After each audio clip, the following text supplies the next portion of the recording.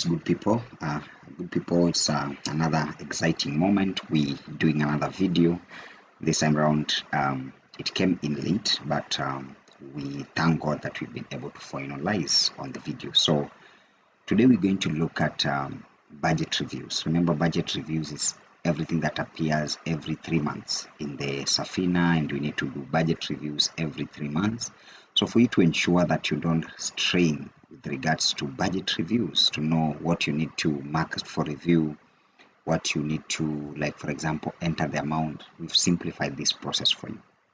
Very exciting, very fantastic. So please, let's ensure that we do the right we follow the right steps, and we will be able to enjoy. It will not be as hard as it has been. Then you'll not have any issues with regards to what you call budget review. So it will be easy, very easy for you. So stay tuned as I take you through the stages of this budget review. So without much ado, let's delve deeper. So you'll go to you'll actually scroll down here to MFR section. Okay, go to MFR section, and then remember, in MFR section you have a lot of things that have been added up. If you haven't watched those videos, please go to my YouTube channel and see most videos that I've done about MFR, but this one is very important because it's touching on the budget review. Okay,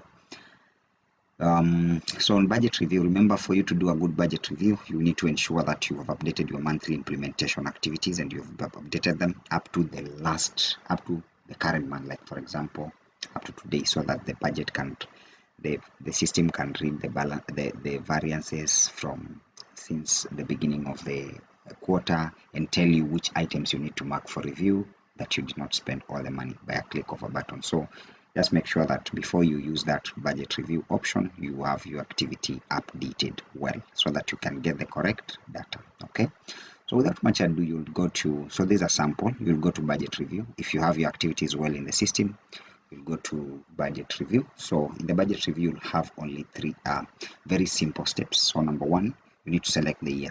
Okay, remember, it's from this year is 2024, so it will have selected 2024 for you. Then you choose the quarter. Right now we are in quarter one. Okay, quarter one will run from July to September, then quarter two will be running from October to December, and then quarter three that way, and then this will run from that to this. So we are in this quarter one. So immediately you say quarter one, to show you the months in quarter one. Okay, so this is what I want you to pay attention to.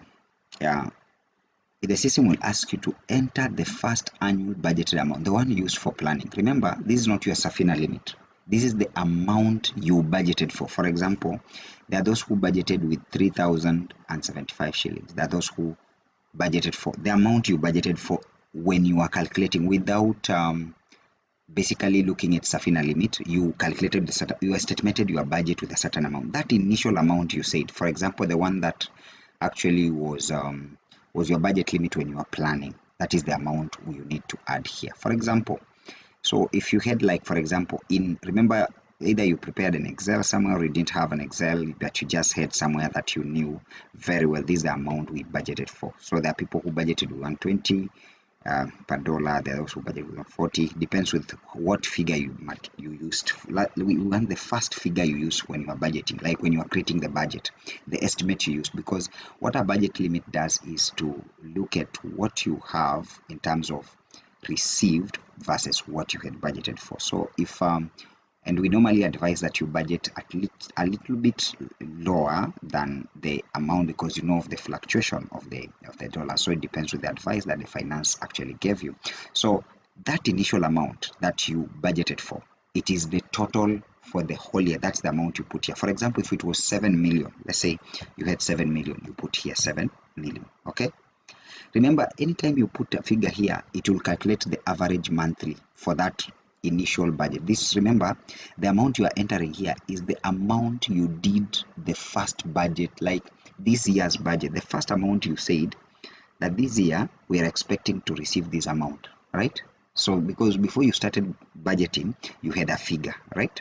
So that figure, we say that that's the figure you're going to put here. All right, you put that figure here. When you put that figure here, the system will try to estimate how much it is monthly by dividing this by 12 and automatically filling it here. Then now the system will try to compare now what you had budgeted for plus what you have received for those months. Okay, so now you'll have to go to your email every month on date 2. Actually, the organization will send you the what we call disbursement slip. So those who are not familiar with disbursement slip, it looks like this. I've hidden some data so that you don't know where this is from, but just know that disbursement slips looks like something similar to this.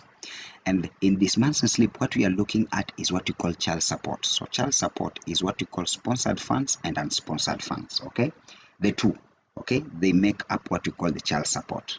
Please pay attention to this particular step. Okay, we are saying this is the initial amount that you budgeted during your budget. Okay, like you said, this year we are estimating to have 6-7 million. All right, when you are still doing the Excel before you or you were like when you are budgeting, the amount you had when you were creating the budget. Okay, so that is the first limit you set, or basically this one is the one you set without the addition of the previous year. Please make sure that you get this clearly. That's why I'm repeating this place so far, so that it is the amount that you estimated you'll receive every month that you budgeted for this year. Okay, so that is the first initial amount you were planning, you used during planning, the one you used to plan for the budget.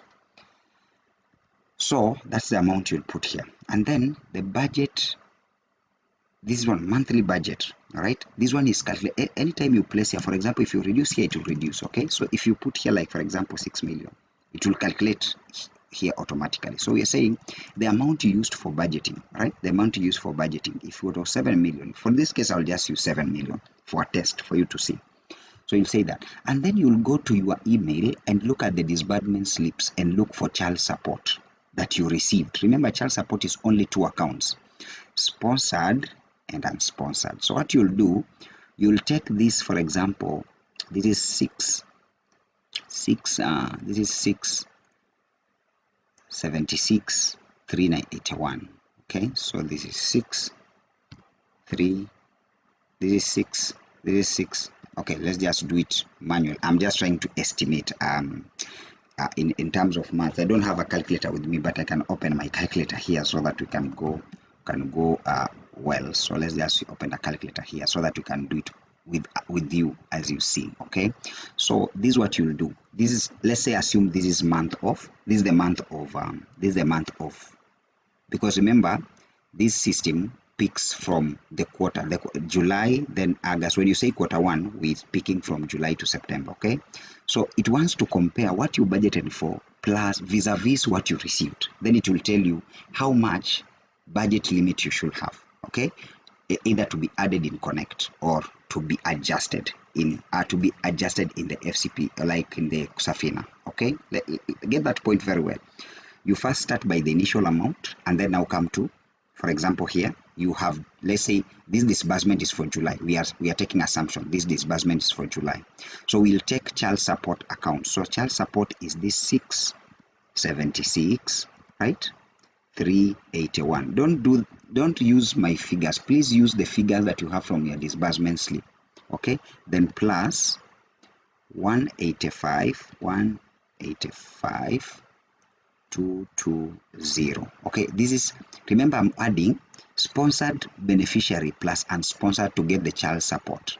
So I'll say, you see, this one is 861,000, and then it is 601. So we are assuming that is the amount you received in July. Okay, you'll put that amount there, and then you'll go to open your email or go to your vouchers, like you have the vouchers. Just go to the disbursement slip, add unsponsored funds plus sponsored, like sponsored beneficiary plus unsponsored. Okay, this amount and this amount, you'll get the support. Remember, when you are budgeting, you don't budget with any other funds apart from support. So all you need to do is that, for example, we say in this other month, so this is just an example, you received also let's say for example it increased with a little bit off because of dollar change, it increased a little bit there, and then this other month it increased a little bit with this.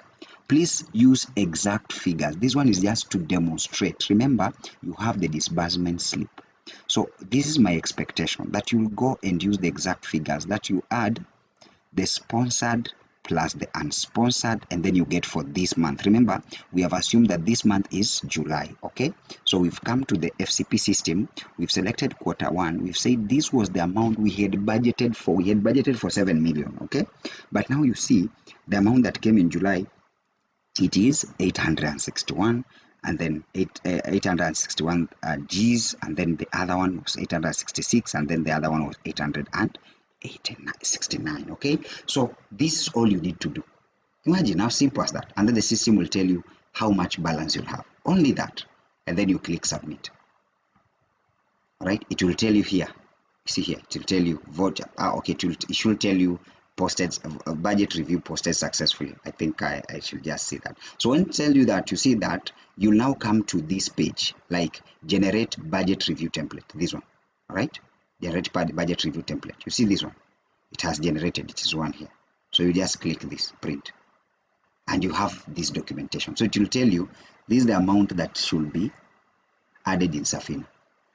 Okay, considering we had budgeted for this, but now you see we had an influx, right? So the system is telling you this is the amount that you should add as a budget limit. And if you do your maths well, if you multiply this times 3 minus all this, you will find this automatically. And then the beauty is it will tell you the items you need to mark in Safina. Remember, before the PF returns your budget, all right? Before your PF returns your budget or creates another budget review, like cycle, like budget review for Q2, you must have marked this item. So this one will have highlighted for you what you need to mark for review. Okay, so it is simple as that. So what you just do, you just print. Remember, if you are seeing that your presentation is not aligning like mine is doing, just come here to margins here and make sure that you change the margins either to none, because if you say default, it will bring in this format, and this will eat a lot of your papers. Please don't use this format. Use the format of none or minimum. Okay, and then this will compress at the same page, so you can save it as PDF and share it with your PF, or so nakwambia nataka budget limit, wewe unakuja tu hapa una share tu na hii. Then what they will do, they will look at the budget limit, go and adjust it, look at the items you've marked for review, decline them, and then you are done. Okay, so that is how it is, guys. Let me know if in case you need any support with regards to budget review for Q1. And remember, that's what you'll do for Q2, for Q3, next time as you progress. As simple as that.